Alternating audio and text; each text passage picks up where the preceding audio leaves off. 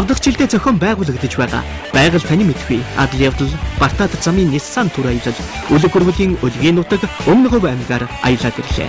Зэрэглэн мэрэлцэн элсэн алтран харагдах их говийн үдсгэлэнт газруудаар 3000 гаруй километр замыг туулж эх орныхоо өмнөд эцэг Орвог гашууны бор толгойг Nissan хүлгийн 4 дугуйгаар хамгаалсан Nissan Tour 2012 цуврал нэвтрүүлгийг 10 дугаар сарын бүх нэм гарагийн 11 цагаас TV5 телевизээр хүлээн авч үзээрэй. Nissan Tour үлэг хөрвөлийн өлгийн нутаг Өмнө Говь аймгаар.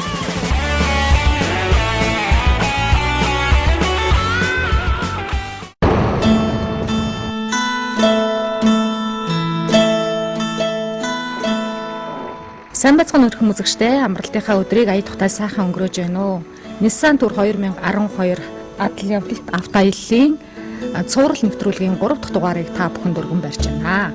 Өмнөх дугаараараа бид Өмнө Говь аймгийг зорьсон аялагчид Төв аймгийн нутгаар дамжин үзэсгэлэнт зоргол хайрхан Дунд Говь аймгийн нутгаар дамжин Баг газрын чулуу за Өмнө Говь аймгийн Төв Дадлан задгад хот Орвог гашууны бор толгойд очиж Монгол улсынхаа алтан соён бодтгогийг тэнд мандуулж Монгол хүний омогшлыг дүрс бичлэгэндээ хэрхэн буулгаснаа та бүхэнд төлөвлөсөн билээ. За мөн түүнээс гадна дөрвөн улирлын туршид мөсөн хивнэгээ тайлдаггүй үзэгсэнд ялын амаар аялсан тэмдэглэл дүнгэнэгийн хавцлаар хэрхэн зорчсон тухайга үзүүлсэн. Өнөөдрийн нэвтрүүлгээрээ бид та бүхэндээ хэрмэн цав, нэмэгтийн хоолой, наран дааз, зуумод, зулганаа гэсэн говийн нэрийн хуудас болсон үзэгсэлэн сайхан газруудаар Nissan хүлэгтэнгүүд хэрхэн зорчсон тухай тэмдэглэлээ үзүүлнэ.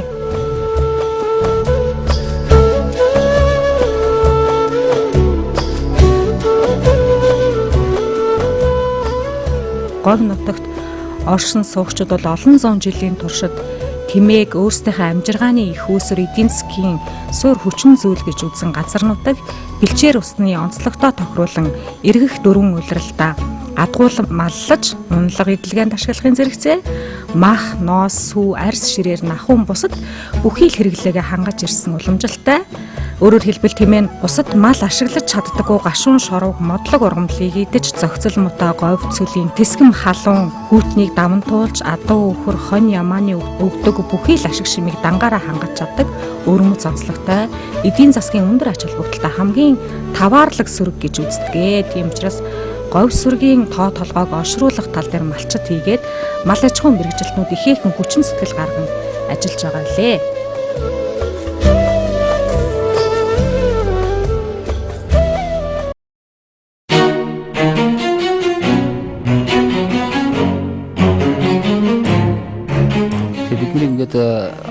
Дүнгэнэгийн хавцлаас гараад Тэмээч айлаар зочлоод цааш 3 сайхан уулынхаа урд өөрөөр зөөлөнгийн нуруун ард талаар одоо Төхмийн нуур, Төхмийн хөндөй гэсэн энэ газруудаар ингэж явлаа л да. Тэг ингээд бид нэг энд аялж явхад бол өдөр болгонд ер нь бороо бидэнтэй таарч байлаа. Яг түүнтэй адилаар энд одоо урд өдөр нь маш ширүүн бороо орсон уул муур ингээд байна. Ерөөсөө энэ үерийн байдалтай, үерт давтсан ийм хөрс шороотой айлууд зүтруухан байдалтай ингэж харагдаж байлаа. Тэгээд энэ өөрөө нэг 3 сайхан ууланд буусан их бороо чийг маань одоо доошогоо өвөрлөг ингэж бууж уурсаж тогтсон байна л да. Тэгээ энэ бол үнэхээр машин явахд маш хүнд байлаа. Өнгөн хөрсөндөө одоо улаан хөрс болцоо зонхилдог учраас их үер усны дараагаар говийн одоо хөрс зууралдамтаа наанг шавар болдог байгаа. Энэ нийтийн одоо говийн үер устай замыг хүчрмэг хүлэг хэрхэн туулах нь бол одоо манай аялагчдад бас нэгэн сорилтыг авчирсан юм уу явуулсан. Тий өдөр болгон бид нар байгалийн сайхныг үзэж явлаа. Яг үнтэйг яг адилхан бид нар өдөр болгон машин тэрийгээ сорих одоо газар орон болоод одоо энэ намаг шавар энэ эс чулуурхаг хөрстэй хөндөй зэргийг ингээд туулж явлаа л да.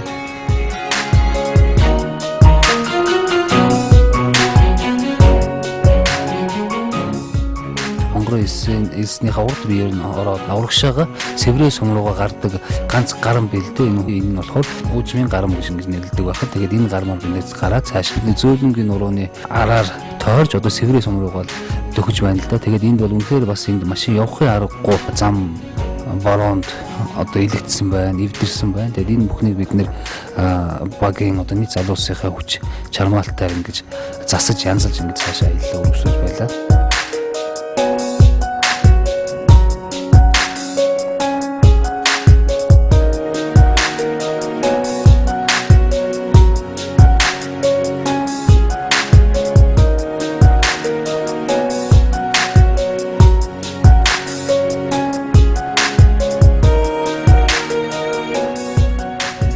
Иймэрхүү бид Сэврээ сум руугаа дөхөж явах хооронд бол одоо зөөлөнгийн нурууг харж дараагийн нэвтрүүлэгт та бүхэнд үзүүлэх хонгорын элснийхаа мөрөөдөл давтан тэгээ бас Сэврээ уулыг алсаас харж байлаа.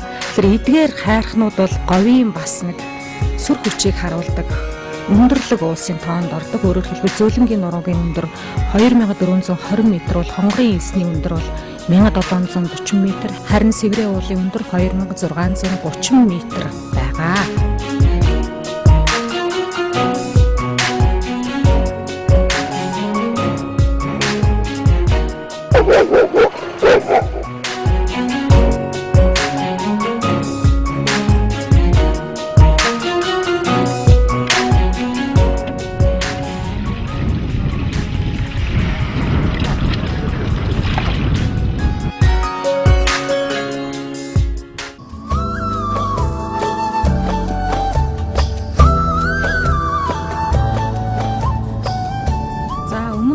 Аймгийн Сэврээ сум бол одоо түүх дурсгалын томоохон дурсгалуудыг Сэврээ уулныхаа хаданд хадгалсан. За мөн түүнээс гадна эндээс олдсон олдуурууд бол одоо дэлхийн түүхэнд хүндтэй байрыг эзэлдэг. Өөрөөр хэлбэл 52 см-ийн уттай хүрэл хутга манай эртний өмнөх 8-аас 10 дугаар зууны үед харьяалагдах одоо хутга илт эндээс олдсон байж байгаа. Олон янзын сүг зурагнууд Сэврээ уулын одоо илгэн дээр хадгалагдаж байдгийн дотор морь унсан ном сумтай хүмүүс тэмээг хөөн харуулж байгаагаар дүрсэлсэн байдгаа. Тэгэхээр хүн төрлөختн тэмээнээс өмнө морийг гаршуулан тэжээж байсныг энэхүү сүг зураг харуулсан гэж үздэг. За бид Сэврээ суманд саалтлаг үерлээ. Эндээс тун аваад хүнсээ цуглуулад ингээд хөдөлж байна л да. Тэгээ Сэврээ сумаас одоо бид бол 3 тэсэм рүү чөлж байгаа энэ зам зурт бол давсны үйлдвэр бий. Дунд гол багийн нутаг дэвсгэрт байгаа энэ давсны үйлдвэр бол 1948 онд анх байгуулагдсан гэж байгаа. Тэр үед хоршоолол гэж байх үед байгуулагдаад 100 гаруй ажилчинтай 5000 тонн давсыг жилдээ үйлдвэрлэдэг томоохон үйлдвэр байсан. Тэгээд орон нутаг хийгээд Улаанбаатар хотын хаа хэрэгцээтэй газар нь хүнсний давсыг одоо хангадаг ийм том үйлдвэр байжээ. Одоо өнөөдөр бол 2-3 компани хуваан эзэмшдэг, зарим эцдүүд нь бас хятад иргэд байдаг гэсэн мэдээлэл байгаа. За 50-60-аад оны үед бол давсны үйлдвэрийн ойр хавийн газар нутаг битүү заган ой байсан бол өнөөдөр бараг түлээ дуусж байгаа гэж түүхийнхэн бас харамсаж байсан. Энэ давсны үйлдвэрийн ойролцоо байгаа заг бол давсыг уснаас хамгаалах бас нэгэн одоо байгалийн хөмсөг халахвч болдог ийм ач холбогдолтой ургамал байсан гэж ярьж байгаа. За тэгээд давсны үйлдвэрийн өмнө байгаа хогшоо уулын өндөр бол 2226 м өргөгдсөн ийм сүрлэг хайрхан байх нэ. Бид нэр бол Сэврийн урд хөндөй гэсэн энэ замаа сонгож аваад ингээд явж байна л да. Ер нь говьд аялахад одоо нэг хөндөй, нэг хоолой, энэ хоолойнууд 50-аас 80 км орчим үргэлжилдэг. Тэгээд одоо дараа нэг уул байх жишээний. Тэр уул ингээд авч гацсны дараа дахиад нэг одоо хөндөй хоолой залах. Ерөнхийдөө нэг иймэрхүү байгалийн зөв тогтолтой юм л да. Хэрэв одоо газрын зурагтаа явж байгаа тохиолдолд ямархан уул байгааг бол олж тавих нь их амархан. Тэг ер нь говьд явхад газрын зурагтай ажиллаад учрыг нь болоод явхад бол ер нь төөрөхгүй л дээ. Зарим хүмүүсд болохоор говь одоо ерөөсөө ямар ч зүг чиггүй маш хүнд хэцүү айл ард байхгүй гэдэг утгаараа маш их айл санаан зовж ингэ имиж явж байдаг. Ер нь техник одоо шаардлагагүй юм аа. Газар орон байраа сайн ингэ ажиллаад явхад л ерөөсөө яг төөрөх ямар ч эрсдэлгүй гэдэг аялах боломжтой. За ийм хүү бид цааш аяллаа үргэлжлүүлсээр 3 тэс сумын нутг руу орж ирж байна. 3 тэс сум бол аймагаас баруун зүгт 300 км-т аслагдсан одоо Өмнө Говь аймгийн хамгийн баруун хязгаарын сум юм аа. Хэд хэдэн уул уурхайн компаниуд байдаг байна л да. Тэгээ түүнийгээ дагаад 3 тэс сум бол ер нь нэлээд хөгжил нь эрчимтэй ингээд явагдаж байгаа. 3 тэс сумаас урагшаага 75 км яваад Шивэ хүрний бомт гэдэг ингээд хэдийн нутг руу ордог юм бомт байдаг байна. 3 тэс сумаас дахиад баруун буюу баруун хойд зүг рүү яваад Хэрмэн цав, Зуумод зулгана, Нэмэгтэй хоолой гэсэн палеонтологийн болоод байгалийн ундаг түүхтэй энэ газрууд энэ сумын нутаг дэвсгэртэй байдаг юм байна л да. Тэгэхээр эдгээр бүх гайхамшигтай газрууд бидний аяллаа маршрутын бас томоохон цэг болж байгаа 100 мод золгоноо нэмэгдийн хөндийн наран даалц хэмээх энэ байгалийн үзэсгэлэнт газрууд маань 35-аас 40 км-ийн зайтай. Ер нь хоорондоо ижилхэн зайтай байдаг. Энэ газруудаар аялахад одоо хамгийн түшиж газар нь бол 3 тис сум юм аа гэж одоо бид нар үзэж байгаа. За 3 тис сум бол одоо Монгол орны хамгийн хүчтэй салхилдаг. Тэр нь бүр жилдээ 32-аас 39 удаагийн давтамжтай тохиодог гэсэн эрдэмтдийн судалгаа байдгийн байна. За 15 м/сек хүртэл салхилдаг газар бол уяастай цэцэрлэг мөрөн байдаг бол жилдээ 2-оос 9 удаа л одоо ийм салхи болдог тохиолдлууд байна. Тэгэхээр ямархан их салхи байгалийн хүйтэн ширүүнийг давж оршин тогтнодог сум суурин гэдэг нь бол үзэгч та бүхэн тодорхойлж байгаа хаа.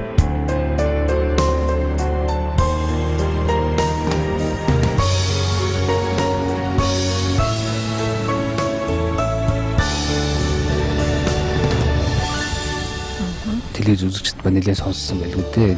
Яг цаа талд нэмэгдийн хоолой хөндөй гэд байж байгаа. Тэгээд тэр утгаараа Нарандац бол их сайхан газар. 3 тис сумаас 70 гаруй км энэ зайд байгаа. Одоо энэгээр дайраад бидний цаашаа Хэрмэн цав руугаа мөн л адил 70 км орчим яваад ингээд хүрэх ёстой байгаа.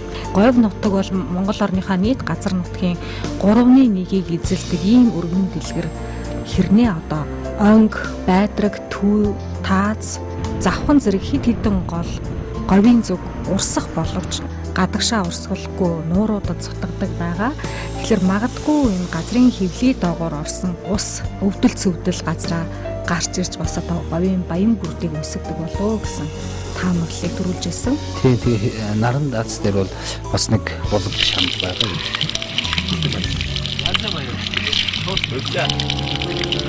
Юусэг 80 онд юм уу та нэг турба суурлуулаад хийгээд цэнгийг ус ингэж энд бол байнга гоожиж ингэж урсаж байдаг. Энэ бүс нутгаар аялж байгаа усуудын бол бас нэг усан хангамж авах юм түшиз газар мөн зэрлэг ан амьтад бас энд ирж хөндасдаг байдаг юм байна. Тэгээд бидний энд одоо энэ агам халуун өдөр явж байгаад энэ үүдэн Сэрүүн булгийн усанд одоо манайхан замынхаа алжаалыг тайж одоо амарч одоо цаашаа бид нар Хэрмэн цав руу ингээд бүр ямар ч усгүй юм газар руу явах гэж байгаа учраас ерөөсө баг болгон өөрсдийнх нь цэвэр усны нөөц савуудаа ер нь аль болох их хэмжээний усыг авч явахаар ингэж ирмэлцэж энэ дээр усны савуудаа дүүргэж байлаа. Тэгээ Нарандац бол ерөнхийдөө ингээд харахад бол үнэхээр гайхамшигтай сайхан нэг хүн урлаад хийцсэн юм уу гэмээр л юм байгалийн сайхан тогтцтой л доо. Хөрснийх нь бүтц бол ерөнхийдөө нэг ерөөсөө цагаан тийм нунтаг зөөлөн хөрсөөс хэсэг газраа бүрэлдсэн. Зарим газраа зурус үе давхаргууд дээр улаан хүрэн өнгийн ягаан өнгийн ийм хөрсүүдтэй байдаг. Тэгээд энэ нь бол үнэхээр зураг дүрснээ одоо буулгахад бол үнэхээр тийм гоё газар л да. Энэ Нарандац гэдэг энэ байгалийн үнэхээр үзэгсэн сайхан баян бүрдийн одоо яг дүүрэн зам зассан байна. Тэгээд энэ замыг одоо бид анхандаа энэ аяж уучлалыг хөгжүүлэхэд нутгийн бодлого юм уу да үнэхээр сайхан одоо зам хийж байна та гэж ингэж одоо хоорондоо ярьж хөөрцгөлж байлаа. Гэтэл сургийн дуултал энэ бол тийм аяж уусын зам биш ээ. Энэ юус уул уурхад зориулсан тийм шивээ хөрөнгөний боомтоос хойшоогоо шин жинст сумруулж чиглэсэн одоо уурхаан юм том зам. Яг энэ сайхан баян бүрдийн маань хажуугаар ингэ явж байгаа юм байна. Тэгээд энэ бас л бидэнд нэг харамс сэтгэл ингээд төрж л байлаа. Аймгийн удаа ижүүлсэн газар ч юм уу энд одоо энэ замаар явж байгаа энэ хүмүүст байгаль орчныг хамгаалах энэ онгон тагш байдлаар найдварлах ингээд хэвээр навчруулах талаас нь бас нэг тийм сануулга санамж энэ замын тэмдэглэл тэмдэглэлийн үед тавьж өгөх зүгээр юм уу та.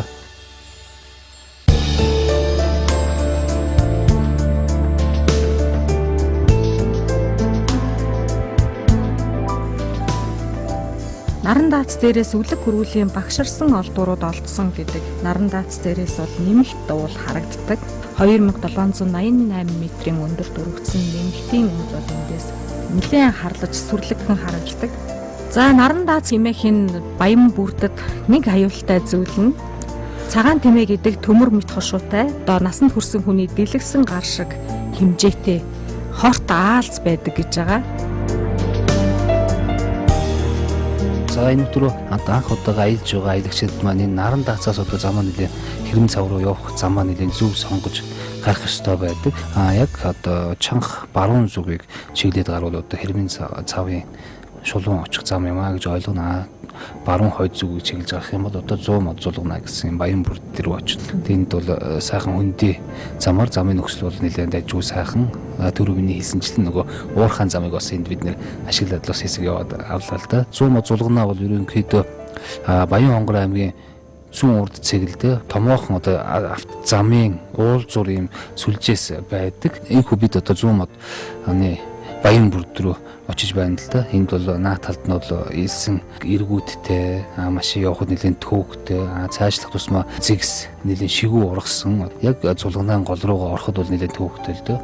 Элсэн дээр одоо бид нар бас нөгөө автомашиныхаа хүчийг сорьсон. Тэгээ ялангуяа бид нар Y62 загварын машина энэ элсэн дээр одоо хэрхэн явах нь тэгээ жолоодлого нь хэр хийгдэх нь гэдгийг бас туршиж бас байлаа. Тэгээд үүний зэрэгцээ бас бид нарт нөгөө элсэн дээр буюу намаг шаварт одоо суусан машины дугуун доор нь тавьдаг тийм Max Trax гэсэн юм сайхан тоногдол юм да машины. Тэгээ энийг бид нар бас энд ашиглах шалгах одоо юм завшаан тохиолдож байлаа. Энэ Max Trax гэдэг нь бол ер нь авч явахад их хөнгөн маш сайн юм боловсруулалттай пластик юм эдлэр хийгдсэн одоо ийм сайн бүтээгдэхүүн байдаг юм байна.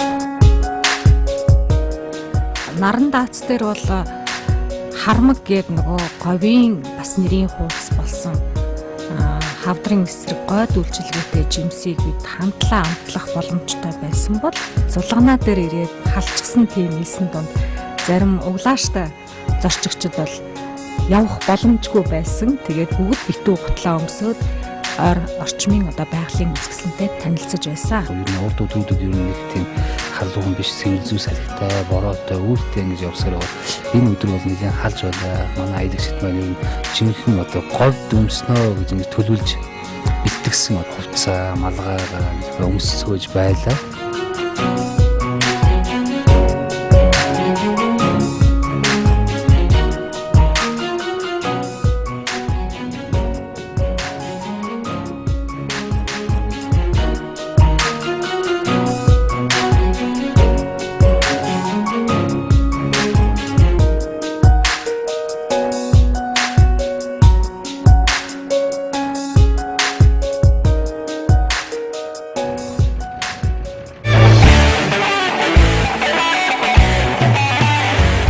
Тавдах жилдээ зохион байгуулагдаж байгаа байгаль таны мэдгүй адал явдал Бартад замын Nissan Tour аялал үлэг хөрвөлийн өлгийн нутаг Өмнө Говь аймгаар аялаад ирлээ. Зэрэглэн мэрэлцэн элсэн алтран харагдах их говийн үдсгэлэнт газруудаар 3000 гаруй километр замыг туулж эх орныхоо өмнөд эцэг орвог гашууны бор толгойг Nissan хүлгийн 4 дугуйгаар хамгаалсан Nissan Tour 2012 цуврал нэвтрүүлгийг 10 дугаар сарын бүх нэм гарагийн 11 цагаас TV5 телевизээр хүлээн авч үзээрэй. Nissan Tour үлэг хөрвөлийн өлгийн нутаг Өмнө Говь аймгаар.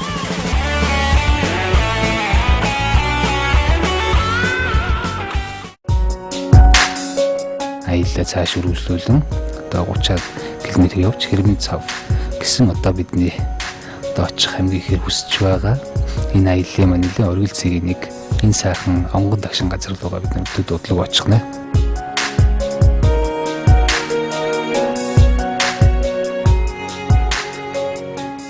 За Өмнө Говь аймгийн 3 тис сум тосон бөмбөгийн нурууны салбар бол Шаргийн Сандар уулын баруун хойд бэлийн зүрт Ингэн хөврийн хоолороо сунад чиглэсэн 10 км үргэлжлэх 100-аас 200 м-ийн гүнзгий жалгахтай элсэн мөрөгцөг буюу алдарт Хэрмэн цавд бид ойртож ирлээ. Тэгээд хүн бүхний сэтгэлд улаан илгэн элс цавчим ихц мөрөгцөг тэгээ дээрэс нь үхлийн цав гэж нэрлэгдэх болсон тэр халуун уур амьсгалыг мэдрэх гэсэн аялагчид бол улам л одоо урагшаага хараа сунгон жолоо уншиж илаа. Энэхүү байгалийн бүтээл нь Шамблын оронд хүргэх 5 хаалга байдгийн нэгэн хэмээн байгалийн нууц судлаачид бас үтсэн байт юм байлээ. Газрын хэмжээ бол уртаашаа 10 орчим километр гэж байгаа. Өргөөшөөгөө 2 км орчмын одоо гүн нь болохоор зарим газар бүр 200 м-ийн гүнтэй гэж ярьж байгаа. 1900 Одоо 60-аад оны үед юм уу да энд Орос Монголын хамтарсан ийм палеонтологийн баг экспедицэнд одоо ажиллаж одоо энэ хэрэм цавыг одоо анхлан одоо олон нийтэд бараг нээсэн гэж одоо хэлж болохоор юм уу да. Ер нь тэгэхээр их хожуу нэгдсэн ил болсон ийм газар орнд болоод байгаа юм л да. Тэгээд энэ хэрэм цавд бол динозаврын нөгөө яст мэлхийн өлөг хөрвлийн яснууд бол одоо маш илбэг байдаг ийм газар орон. Өмнөг аймгийн одоо хамгийн баруун хэсгаар л да. Тэгээд эндээс цаашаа бол одоо Баян хонгор аймгийн урд хэсэг рүү хил залгаад ингээд явдаг байхын. Тэгээд энд бид нэг ингээд очиход ер нь энэ газар орон бол үнэхээр зэлүүд онгон дагшин гэдэг нь бол хэн хүн бүхэнд одоо тодорхой ингэж харагдаж байлаа. Хэрэм цавыг одоо өвхлийн цав гэж нэрлсэн болохоор зүгээр л одоо дан ганц элсэн мөрөгцөг гэж ойлгол өрөөсгөл болно. Улан, чон зэрэг араатны мөрийг бас эндээс харж болно. Хэрэм цав нутаг дээр ингээд очлоо гэхэд танд одоо ер нь эргэн тойронд нь ямар газрууд байдаг вэ гэдгийг одоо сонирхож хэлээд яг чанга урд зүг рүү бол одоо 70 орчим км яваад Монгол Хятадын хил байх юм байна. Баруун урд зүг рүү ингээд одоо хараас сунгах юм бол тэнд цагаан богд бол буюу нөгөө секс цагаан богд гэсэн энэ сайхан хайлхан маань байдаг байна. Энэ бол одоо 80 км орчимд одоо ер нь өглөөн агаарын тунгалагт бол одоо ер нь хэрэм цаваас харж болох боломжтой. Баруун зүг рүү бол одоо нарийн көхийн хоолой, гашуун гүний хоолой, хар сарын хөндөй гэсэн одоо ийм гайхам сонин нэртэй ерөөс энэ нутгийн одоо нэр нь хүртэл ингээд сонихон содон болоод явчихжээ л да. Тэг түрүүний миний хэлдэг энэ сайхан хөндөй нүд одоо баруун зүг рүү үргэлжилдэг байхын. Тэгээд хэрэм цаваас баруун ас хязгаар одоо 150 км-ийн алсгадмал энэ газруудад Монголын нөгөө Мазаалай говийн баавга гэдэг энэ амтан маань одоо нутгалдаг газар нь тэр юм байна. Тэг баруун хойд чигт нь одоо хараа сунган харах юм бол одоо эдрэнгийн нуруу, гिचгний нуруу гэсэн одоо энэ том нурууд байх юм байна. Тэгээд Говь Алтай аймаг одоо манай телевиз үзэгчд бүгд мэдэндээ нөгөө ээж хархан уул маань одоо юу эдрэнгийн нурууны баруун тал залгаа шахуу ингээ байж байдаг. Одоо энэ сайхан байгалийн тогтц газрууд ингээд бие эндээ ханьсан одоо ингээ тогтсон ийм сайхан үргэлжлэн тогтсон байдаг юм байна. Хэрэм цаваас одоо чанга хойд зүгийг та бүхэн маань төсөөлөөрэй. Тэгээд чанга хойд зүгт бол энгийн хөврийн хоолой нэмэгтэй юм уу ингэж харагдах нь. Түүнээсээ хойшоогоо бол одоо 100 мод Баян бүрд гэж одоо бас Баян хонгор аймагт байдаг. Түрүүний миний хэлээд байгаад бас адилхан нэртэй бас нэг юм Баян бүрд бас байдаг. Тэгээ өмнөөсөө хойшоо шинэ жинс цум. За тэгээд их баг богдын нуруу, орог нуруу гэдэг ингээд богцсон гэдэг ингээд хойд зүгтээ Баян хонгор аймгийн нутгууд руу залгахдаг байна.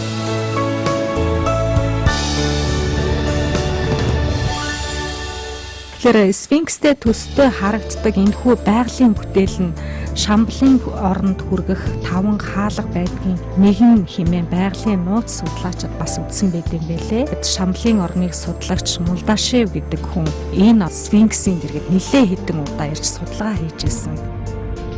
Сфинкс гэдэг бол хүн толгойтой арслан. Сфинксийг арабаар бол махчилж орчуулах юм бол аимшигын эцэг гэдэг утгатай үгээр хэлдэг юм байна.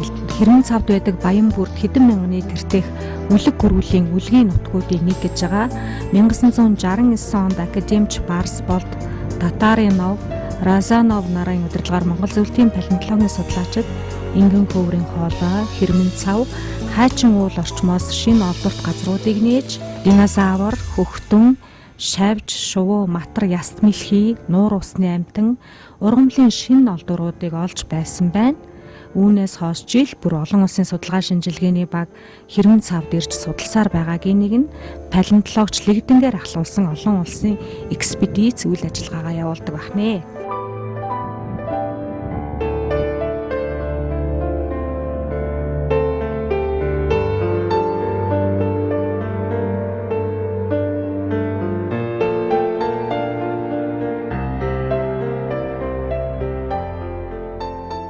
Ер нь хэрэм цав дотор ер нь алхаж байхад бол ер нь өчигдөрхөн гэдэг нэг байгалийн гамшигт үзэгдэл болоод нэг юм сүрцэн том хот балгас дундуур ингээ явж байгаа юм шиг сэтгэл төрхөөр. Аль эсвэл анх өөр ертөнцид очсон ч юм шиг тийм. Энд очисон хүн бүр бол ерөөсөө үгээр хэлхийн аргагүй юм сонин төсөөллийг хүн бүхэн дотроо ингээд ургуулсан бодож ингэж байж байлаа. Энэ ороход бол ерөөсөө агаарын температур бол огцом халж байлаа л да. Энэ өөрөө нам дор газар иргэн тойрон юм өндөр ганц эргээр хүрээлэгдсэн юм газар байгаа. Тэгэхээр энд бол ямар ч салхи байх.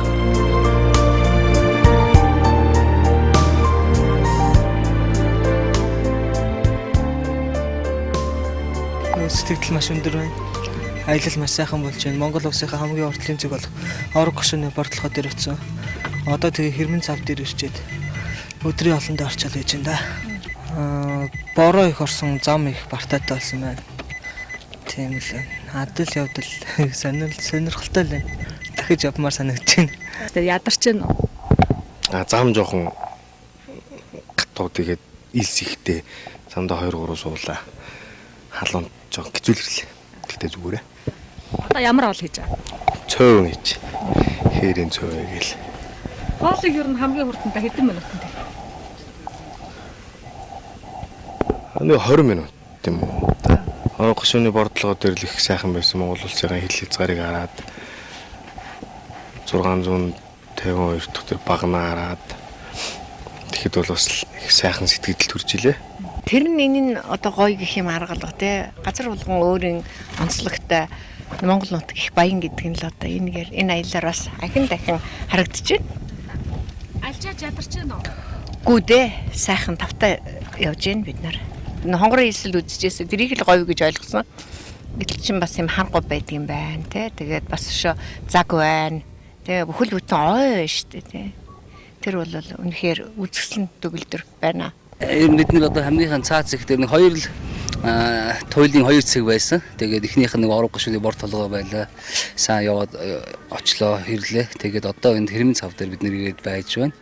Үдээс хойш 3 цаг үед ирлээ л дээ явж байгаад. Дандаа бороо дагуулж явлаа. Орог гашууны бор толгой дээр очиход 3 жил бороогүй бороо одоо та нартай зэрэгцээд ирлээ орлоо гэд ингээд бас сайхан байлаа. 7 хоног аялахад ер нь дандаа л бороотой сэрүүхэн ер нь орой үдшийн цагаар ноосн самц өмсөөл ингээд байлаа. Энэ чинь уг нь говь нутагч үдэд ерөөсөө агим халуун шатчил байдаг 35-аас дээш градустай байдаг шүү дээ. Тэгээд яг энд ирээд яг өнөөдөр энд халуунч бол таарлаа. Бид нар Хэрмэн цав дээрээс ирж таарлаа. Тэгсэн манай аялагчд маань ерөөсөө энэ ямар халуун газар хүрээд ирвэл гэдэг байна л да. Энэс одоо буцаад ер нь сэрүүхэн газар руугаа явъя. Эртхэн буцъя л гэдэг ингээд байна. Үнэхээр гоё байна. Тэгээд нэлээд сайн явж байна.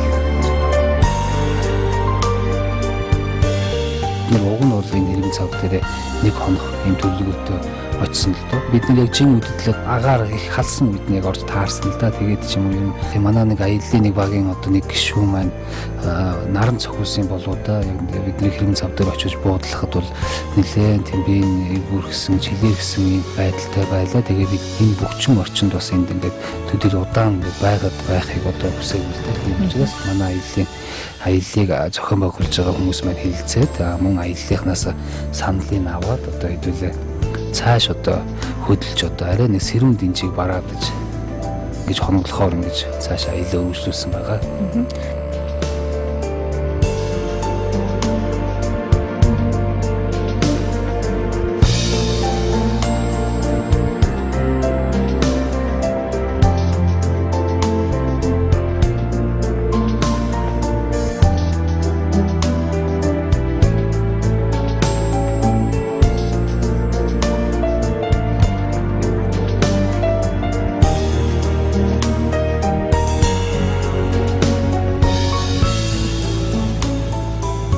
Яг миний өөрийн бодол болохоор бас нэг Хэрмэн цав маань хитрхийн нээлттэй юм газар орон болчуудаа гэсэн бас нэг эргээд нэг эмзэгэл төрж байлаа л. Саяхан 1960-ад онд л Хэрмэн цавыг нээгээд тэнд судалгааны ажилтнууд ингэж ажиллаж байлаа.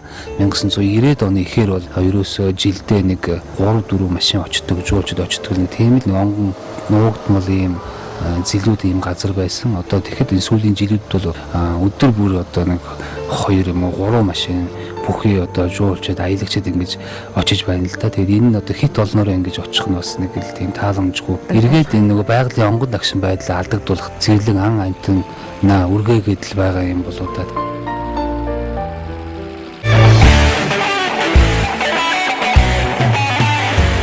Тавдах жилдээ зохион байгуулагдаж байгаа байгаль таны мэдгүй адал явдал Бартаад замын Nissan тур аялал Үлэг гүрвэлийн Өлгийн нутаг Өмнө Говь аймгаар аялаад ирлээ. Зэрэглэн мэрэлцэн элсэн алтран харагдах их говийн үдсгэлэнт газруудаар 3000 гаруй километр замыг туулж эх орныхоо өмнөд эцэг Орог гашууны бор толгойг Nissan хүлгийн 4 дугуйгаар хамгаалсан Nissan тур 2012 цуврал нэвтрүүлгийг 10 дугаар сарын бүх нэм гарагийн 11 цагаас TV5 телевизээр хүлээн авч үзээрэй. Nissan тур Үлэг гүрвэлийн Өлгийн нутаг Өмнө Говь аймгаар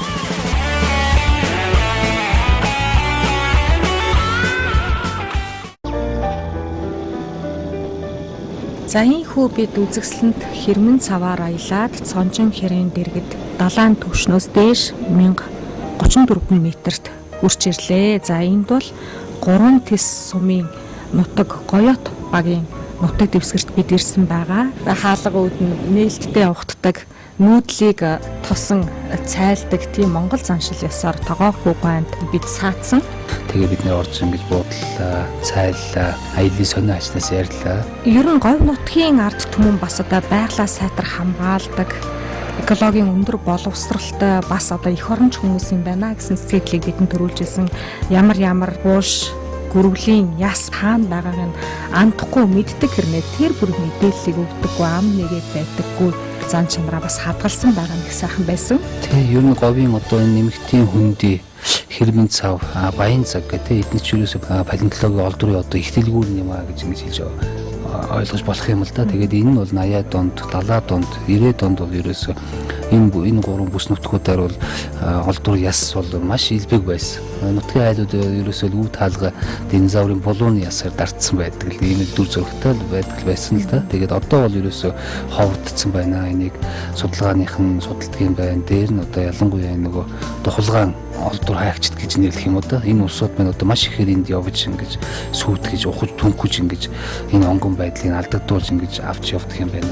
Энэ нэмэгт уул орчинд бол одоо 2 байгаль хамгаалагч байна гэж байгаа. Тэгээ энэ том нутагт бол 2 байгаль хамгаалагч яаж ажиллаад ерөөсөө амждаггүй. Өдөр болгон ингээд л тойроод явхад бол ерөөсөө нэг газараа 7 хоногийн дараа эргэж очих л юм боломжтой, юм хүчин чадалтай л байдаг юм байна. Үлэг гөрүүлийн дотор хамгийн томд тооцогдох махан идэж тарбазаврын дунд чүмгийн яс, энэ төрлийн арай жижиг гөрүүлийн бүтэн яс олцсон нь одоо манай байгалийн түүхийн музейд хадгалагдаж байгаа.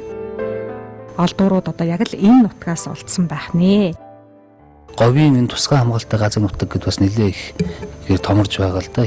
Тэгээд одоо 90-ад оны дундуур жуулчид гीчид одоо ихээр аялдаг болсон болохоор нь одоо нэмэгтийн хүндий хэрмэн цав 100 мод зулгана гэсэн энэ том газар нутгуудыг хамруулж одоо нийтэд нь байгалийн тусгай хамгаалалттай газар нутаг гэж ингэж авч үздэг юм байна. Ер нь тусгай хамгаалалттай газар нутгийг бол дотор нь 4 ангилдаг юм байна л да. Нэгдүгээрт нь дархан цаазд газар, хоёрдугаарт нь тусгай хамгаалалттай газар, гуравдугаарт нь байгалийн нөөц газар, дөрөвдүгээрт нь дурсгалт газар гэсэн ийм 4 ангилд хувааж үздэг юм байна. Өнөөдрийн байдлаар Монгол орны нийт нутгийн 17%-ийн одоо тусгай хамгаалалттай газар нутгийн бүс болгон гэж тогтоосон байдаг юм байна. Гоёот багт ирсэн юм чинь бас одоо говийн жимс болох гоёоны зургийг авах гэж бид бас хичээсэн боловч харамсалтай цаг хугацааны хувьд оройтчихсан 7 сарын 20-д гэхэд бол гоёо бол ерөнхийдөө хатчихсан, хагдарчихсан байсан. 100 эртийн цагт боловсрч гүйцээд дахиад намар оройн цагаар бас боловсрч гүйцдэг жилд 2 удаа ургацаа өгдөг ийм сонирхон ургамал байсан. Айлын гэрийн эзнийг бас нэлээд шалгааж ингэж та бидний одоо ямар нэг олдвор үзүүлэх боломж байна уу? Энд одоо бид нэр хайвал олж чадах болов уу гэсэн юм сониуч зангаар бид нэр асууцгааж байлаа. Тэгээ ерөнхийдөө энэ бол бидний хувьд нөгөө одоо аяллыг илүү адал явдалтай бас нэг шинжлэх ухаанлаг байлгах хүсэл байсан. Тэгээд ийхүү бидний хүсэлтийг бол тоогоохгүй ах маань хүлээж авч яс мэлхийн чулуудсан ясыг ингэж олж гаргаж үзүүлж байлаа.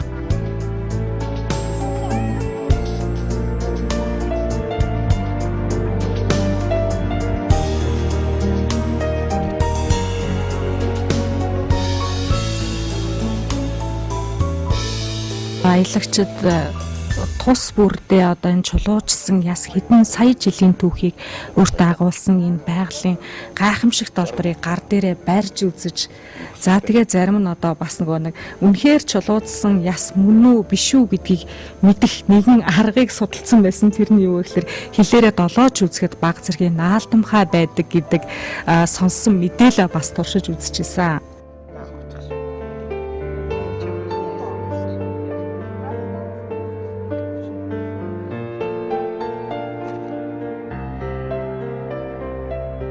Тэгэд энэ нутаг маань өөрөө 120 сая жилийн өмнө одоо маш том юм нуур тэнгис байсан байна. Аглаг модтой тийм баян бүрд байсан байна. Тэгээд энд л одоо үүссэн энэ амьтад одоо бидэнд ингэж одоо гарч ирж одоо өөрийнхөө үнэн сонин түүх энэ хүн төрөлхтний нэлээ одоо судлах юм гол зүйл болон гэж үлджээ.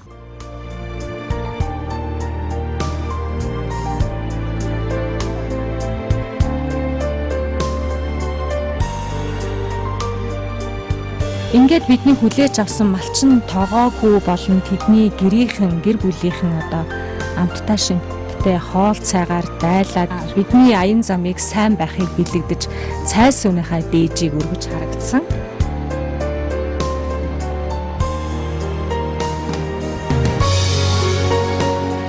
Бидний оршин байгаа энэ газар нутаг бол ер нь дэлхийн судалгааны хувьд бол одоо 120 сая жил ийм өмнөх их газрыг одоо харуулсан ийм газар орон ийм дэлхийн шим ертөнц юм а гэдгийг одоо тодорхойлж хэлсэн байдаг юм байна. Энэ одоо дэлхийн ертөнцийн одоо судар бичиг юм а гэж ингэж бид нэр ойлгож болох нь Тарбазавар Батар гэдэг энэ арга яс маань тий. Энэ өөрөө одоо 70 сая жилийн тэртех энэ амьтан байж тийм нийтлэл 340 орчим ийм олдвор байдаг юм байна. Үүнээс 80 орчим нь одоо Монгол орноос олдсон байдаг юм байна. Тэр 80 олдвор нь өөрөө дотроо нэм ховор амьдлалт ингэж орж явдаг юм байна. Тэгэхээр бол Монгол улс маань одоо палеонтологийн Үнэт олдвруудыг хэлийдээ хадгалж ирсэн. Тэгээд шинжлэх ухааны тодорхой баримтуудыг одоо бодтой болгож өгсөн. Монгол нутаг ямар гайхамшигтай нутаг юм бэ гэдгийг одоо харуулсан ийм сайхан тогтцоод байх нэ. За ийхүү Nissan Tour 2012 буюу өмнө говь аймагт хийсэн адал явдалт автоаяллаа маань 3 дахь дугаар өндөрлөж байна. Дараагийн дугаараар бид одоо байгалийн үзэсгэлэнт тогтцоос гадна палеонтологийн үнэт олдвруудыг хевлийдээ хадгалсан Баян заг үзэсгэлэнт хонгорын элсээр хэрхэн аялсан тухай тэмдэглэлээ. За наашлаа Дундгой аймгийн нутагт байх онгийн хийдтэй танилцсан аялагчдын сэтгэгдлийг та бүхэнд үзүүлэх болно. Дараагийн дугаарыг Нэм гаргийн 11 цагт хүлээн авч үзээрэй гэж өрөх байна.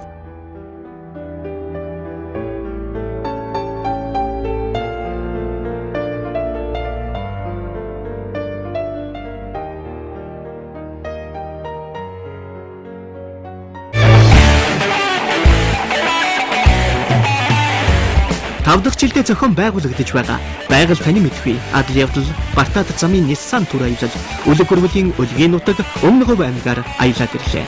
Зэрэглэн мэрэлцэн элсэн алтран харагдах их говийн үдсгэлэнт газруудаар 3000 гаруй километр замыг туулж эх орныхоо өмнөд эцэг орвог гашууны бор толгойг Nissan хөлгийн 4 дугуугаар хамгаалсан Nissan Tour 2012 цуврал нэвтрүүлгийг 10 дугаар сарын бүх нэм гарагийн 11 цагаас TV5 телевизээр хүлээн авч үзээрэй. Nissan Tour үлэг гөрвөлийн өлгийн нутаг өмнө говь аймгаар